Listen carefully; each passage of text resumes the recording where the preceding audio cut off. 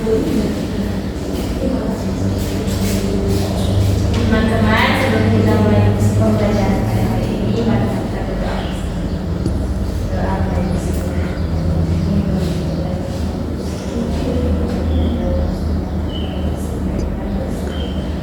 Oke, biar semangat kita melaksanakan pembelajaran hari ini.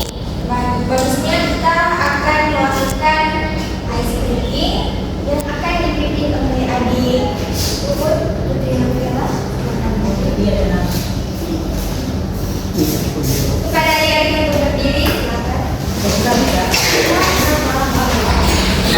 Adik-adik, apakah ada yang tahu ice breaking tentang Marina menari di atas menara? Tahu. Ikuti instruksi dari Putri Novela ya. 1, 2, 3. Marina menari di atas menara, di atas menara. Marina menari di atas menara, di atas menara. Marina menari, Marina menari di atas menara, beratas menara. Terima kasih kepada adik Putri Novela dan sudah memimpin SDG pada pagi hari ini. Oke adik-adik, hari ini kita akan belajar sejarah kebudayaan Islam yang bertema peran umat Islam dalam memperjuangkan kemerdekaan Indonesia. Dan juga tujuan pembelajaran pagi hari ini adalah peserta didik mampu mengidentifikasi para tokoh-tokoh Islam penggerak kebangkitan nasional. Juga peserta didik mampu menilai keteladanan dari tokoh-tokoh penggerak kemerdekaan dan pembangunan nasional. Kita masuk kepada topik yang pertama, yaitu peran umat Islam pada masa penjajahan dan kemerdekaan. Indonesia dijajah oleh negara Belanda. Mereka masuk ke Indonesia itu pada permulaan pada awal abad ke-15. Mereka awalnya bertujuan untuk mencari rempah-rempah, tapi lama-kelamaan mereka memulai dengan menjajah Indonesia secara perlahan-lahan dan ingin menguasai negara Indonesia yang saat itu belum bernama Indonesia. Kita masuki pada masa penjajahan. Umat Islam yang berjuang pada masa penjajahan itu ada Pangeran Diponegoro yang bernama asli yaitu Mustahar. Beliau lahir pada 11 November 1784 di Yogyakarta. Pangeran Diponegoro menentang penjajahan Belanda. Dia menentang penjajahan Belanda dengan memimpin perang Sabil atau perang melawan umat-umat kafir. Perang yang dipimpin oleh Pangeran Diponegoro ini awalnya beliau menang dan kemudian pada perang selanjutnya dia kalah. Lalu Pangeran Diponegoro ini diasingkan oleh Belanda. Ada yang tahu diasingkan kemana? Di Pulau Sulawesi. Tanggal 10 itu di Manado. Lalu setelah di Manado beliau diasingkan lagi ke Makassar. Dan juga beliau wafat di Makassar pada tahun 1845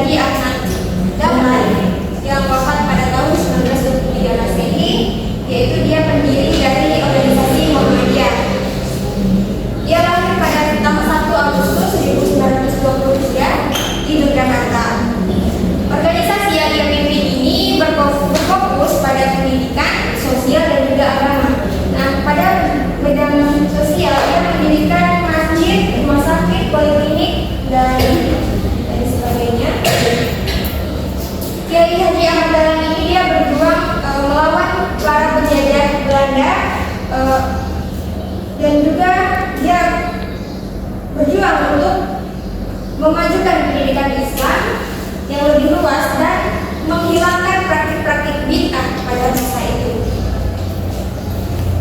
Perjuangannya melalui semangat pergerakan nasional kaum muslimin dan membangun kesadaran nasional untuk mencapai kemerdekaan Indonesia.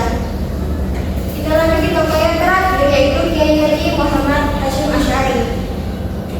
Beliau adalah pendiri Nahdlatul Ulama atau yang biasa kita kenal dengannya itu.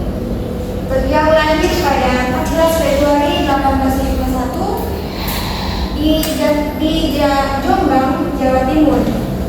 Beliau mendirikan pesantren pertama yaitu Tebu Ireng di Jombang pada tahun 1899 Masehi. Beliau juga memimpin perjuangan melawan penjajahan Belanda dan juga Jepang yang dilakukan pada Lalu Kiai Haji Muhammad Hasyim Asy'ari ini melakukan rapat untuk para kiai-kiai pada masa itu, yaitu pada tanggal 21 sampai 22 Oktober 1945 yang dikenal dengan nama Resolusi Jihad. Nah, Resolusi Jihad ini sebagai pengubah semangat para kiai dan juga para santri yang terus bergabung dalam Laskar Hizbullah dan Sabilillah untuk melawan penjajahan yang hendak menggagalkan kemerdekaan Indonesia. Oke, adik-adik, untuk materi yang ibu sampaikan, apakah ada yang kurang paham atau ada yang bertanya? Sudah paham? Oke, setelah ibu menjelaskan materi ini, ibu akan mengetes kemampuan pemahaman materi kalian dan juga untuk mengetahui sampai mana kalian memahami materi yang ibu bawakan. Jadi ibu akan melakukan tes, yaitu yang dinamakan dengan talking stick. Ada yang tahu talking stick? Jadi talking stick ini adalah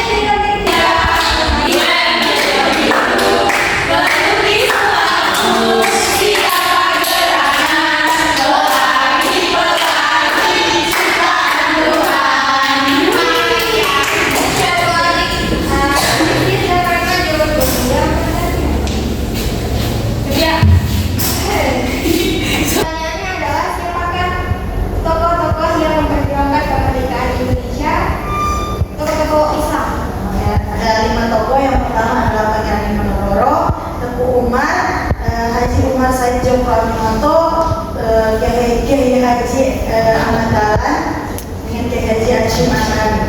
Insya Allah. Perhatian adik-adik, dari penghujung pembelajaran, Ibu akan menyampaikan kesimpulan dari materi yang dibawakan karena tadi kita sudah bermain game, jadi Ibu sudah tahu sampai mana tingkat kemampuan kalian. Dan alhamdulillah kalian memahami dengan baik materi yang Ibu sampaikan. Jadi kesimpulan dari materi ini adalah kita harus mengenal para tokoh-tokoh yang memperjuangkan tokoh-tokoh Islam yang memperjuangkan kemerdekaan Indonesia. Dan juga kita harus menghargai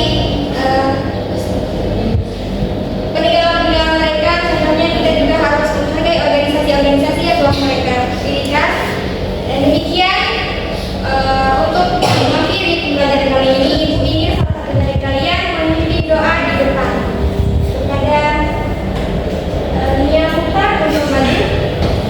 Baiklah teman-teman, sebelum kita pulang, mari kita berdoa mulai.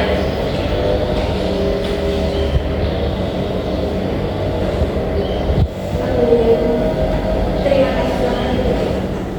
Oke, alhamdulillah rabbil alamin. Sekian dari Ibu, bila ada kurang dan kesalahan dalam ucapan, kata, perbuatan, kami maafkan.